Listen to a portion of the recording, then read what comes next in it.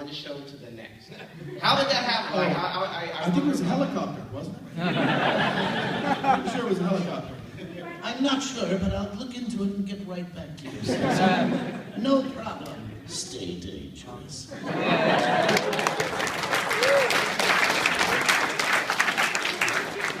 I first started at Disney, there were two guys who really taught me a lot. One was Alan Zaslav, Mark's father, who taught me all about production, how a cartoon was made. And the other guy was Tad Stones, who taught me how to develop the show. Because he was developing Darkwing Duck, and he let me hang out. And it was called Double O Duck at the time. Yeah. And he let me hang out and just watch as the thing morphed and emerged and changed from being a pretty shallow spy pastiche into this great sort of shadow influence, Batman influence, superhero show that was so funny. And so I got a front row seat for that. And I think literally what it came down to is we all thought Launchpad was so damn funny. We just thought he was so funny. So that idea in a show that sort of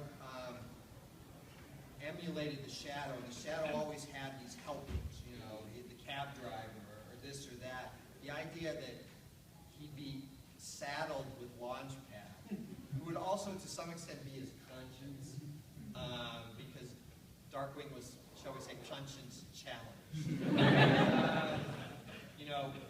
We just all found really funny, and I'm blanking out on the actor who played Terry.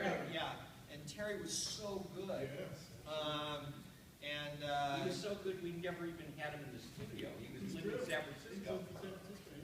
And so we just, the key, we had Darkwing and, again, it was called Double O Duck at the time, but we had Double O Duck and Launchpad pretty much from the beginning. The thing that really made that show, that filled it out, was the third point of that triangle, which was Gosling. And suddenly... She was my best friend. This is Honker. Yeah.